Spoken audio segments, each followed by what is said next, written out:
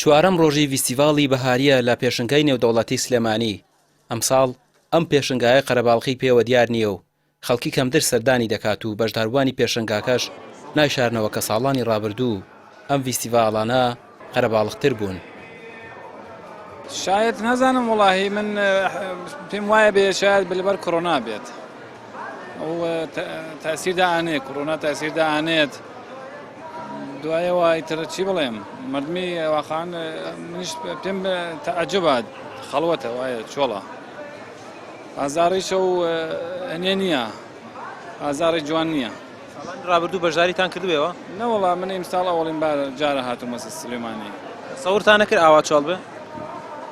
نا ئەو جۆرە من بیستو بووم کە جوانتر دەبێت بازار شلۆخترە وەڵێ وان نەبوو بەداخەوە. وەک ساڵانی کە ڕاستیەکەی نەبوو بەس ئیتر ئێمەش هەتا بتوانین هەوڵین ئەوش بە بۆنەی نەخۆشی کۆرۆناوە ئەوە یەکەم حاڵەت بوو بە بۆنەی نەبوونی موچەوە ئەوە دووەم حاڵەت وەکو ساڵانی کە نابێ بەس لەخوا بەزیابێ هەر باشە. بەشێکی چۆڵی ڤیستیڤاڵی بەهارەی ئەم ساڵ بەهۆی کۆرۆناوەیە، بەشێکی دیکەشی بەهۆی بەردەوامی قەیرانی داراییەوەیە. ئەوانەشی سەردانی دەکەن کەمترین کەلوپەل دەکڕن و زیاتر مامەڵە دەکەن و بۆ سیرکردن هاتوون.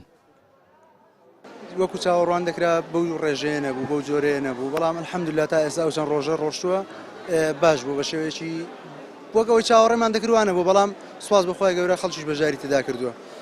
وەکو کۆمپانیای ئاشیش ئێمە نرخەکانمان 125 بۆ 30 داشکاندن کردووە ئاستی بژێوی هاوڵاتانمان بەرچاو کردووە. ینی سەر ڕای و کە داشکانیشتان کردووە بەڵام هێشتا وەکو پێویست نییە. هێشتا وەکو پێویست نییە ئەوە ئێمە چاوەڕوانمان دەکرد زۆر زیاتر بووە کە ساڵانی پێشتر خەڵک بەشداری کردووە بە ڕێژەی 100,000 کەس هاتووە بۆ ئەم پێشانگایە بەڵام ئەمڕۆ کە دەبینین چوارەمین ڕۆژە لەو ئاسە نییە. تۆ هۆکارەکەی چییە بۆ ئاوایە؟ وەڵی هۆکارەکەی خۆی دیارە کوردستان بە وەزعێکی زۆر خراپدا دەڕوە لەوەیە کە مەعاشەکە دوا دەکەوێت خەڵک ناتوانێت لە کاتی خۆی احتیاتی خۆی ناکە. ئێستا بۆ نمونەوە پێشی ڕەمەزانە دەبوو خەڵک هاتبە بەشداری کردبا بۆ ئەوشتی بۆ ڕەمەزان کڕیبە بۆی ئەو کاتەمان دونێ بەڵام چکە پارەی لە بەردەست نییە ناتوانێت بەو جۆرە پێویستە بێ بەشداری بکات. ئەمە سێمین ڤیستیڤاڵی بەهارەیە لە سلێمانی.